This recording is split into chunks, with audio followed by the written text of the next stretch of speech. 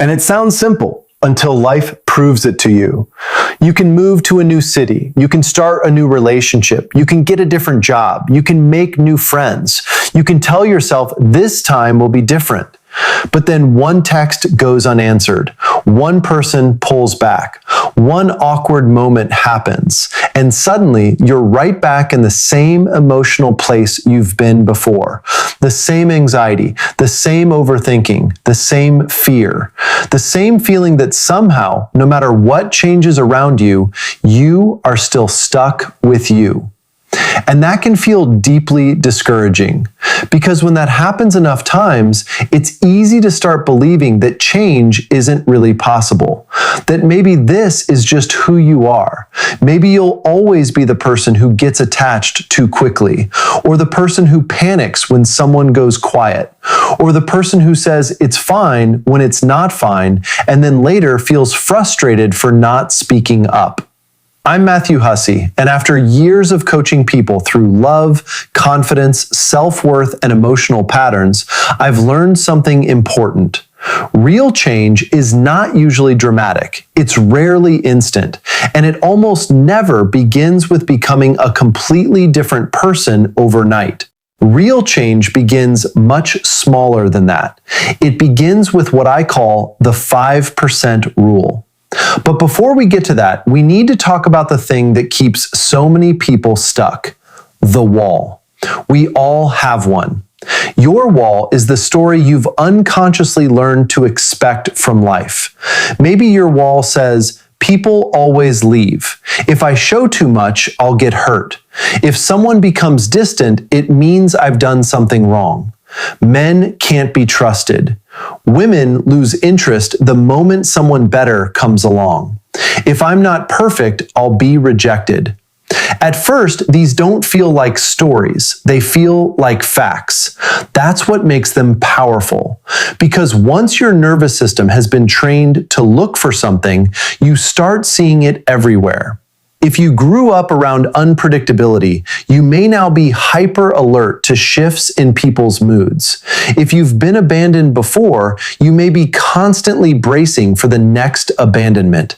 If you've been made to feel not enough, you may walk into every dating situation already scanning for proof that someone else sees you that way too.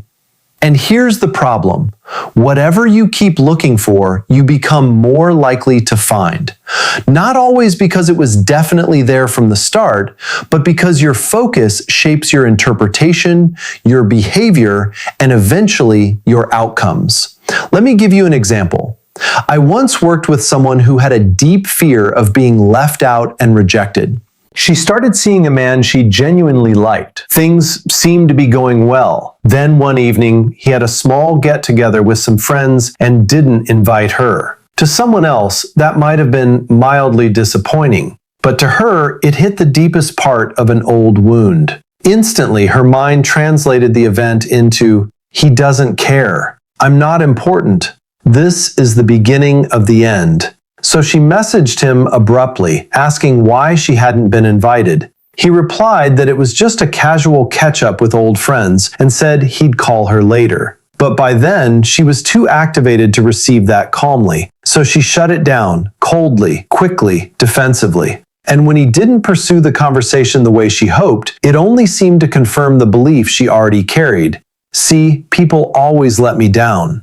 But that's the tragedy of the wall. We don't just crash into it, we often participate in rebuilding it. At some point, we've stared at our wall for so long that we stop realizing it's a wall. We think it's just reality. We say things like, "That's just how dating is. That's just what people are like. That's just what always happens to me." But it isn't all of reality. It's a reality your past has trained you to expect. And if you don't challenge it, that expectation quietly becomes a script you keep living out. So what do we do? This is where the 5% rule comes in. The 5% rule says, you do not need to become a different person today. You do not need to feel 100% confident when you're anxious. You do not need to become perfectly secure when you've spent years feeling uncertain. You only need to do something 5% different than what you would normally do. That's it. Because 5% is believable. 5% is accessible. 5% is possible, even on a hard day. Let's go back to that woman for a moment.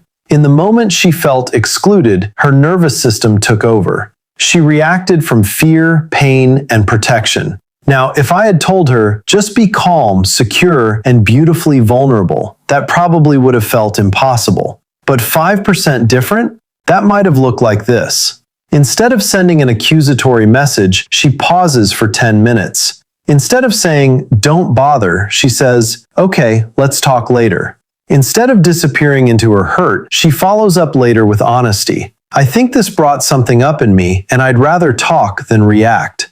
Is that perfect? No. Is it different? Yes. And different creates different outcomes. That's the point. Maybe for you, the 5% shift is this. When someone takes longer than usual to reply, instead of assuming the worst, you wait before creating a story. When you feel the urge to people please, you tell one small truth instead. When you want to shut down, you stay in the conversation just a little longer. When you want to chase reassurance, you first try giving reassurance to yourself. When you want to believe this always happens, you remind yourself, this feels familiar, but familiar is not the same as true. That is powerful. Because every time you interrupt the old pattern, even slightly, you teach your brain something new. I am not trapped in only one way of being, and that matters more than people realize. Most people think change happens when we get a huge breakthrough, but often change begins with one tiny deviation from the old script, a slightly kinder interpretation, a slightly calmer response, a slightly braver truth, a slightly more self-respecting choice. And yes, 5% may seem small, but a tiny shift in direction repeated over time creates a completely different destination.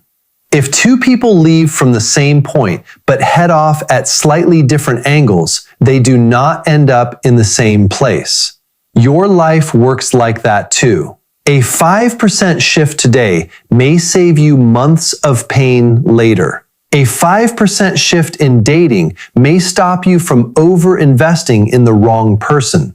A 5% shift in boundaries may completely change the kind of relationships you allow into your life. A 5% shift in self-talk may begin to loosen years of shame.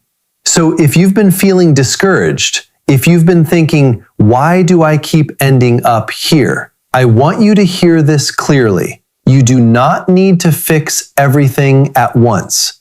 You do not need to force yourself into some impossible version of confidence. You just need to ask one better question. What would 5% different look like here? Not perfect, not transformed, not fearless, just different enough to begin changing your trajectory. Because that's how we stop letting the wall become our world. And that's how we begin becoming someone who doesn't just hope life will change one day, but quietly, steadily, bravely changes the way they meet life. If this resonated with you, leave a comment with one situation in your life where you want to respond 5% differently. Sometimes naming the shift is the first step toward making it real. And if you want more tools for confidence, dating, and emotional clarity, stay with me. There's so much more to come.